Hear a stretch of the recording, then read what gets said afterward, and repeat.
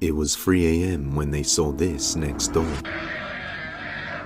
These guys rented out a house for Easter celebration, but when they arrived at 3 a.m. they heard something terrifying.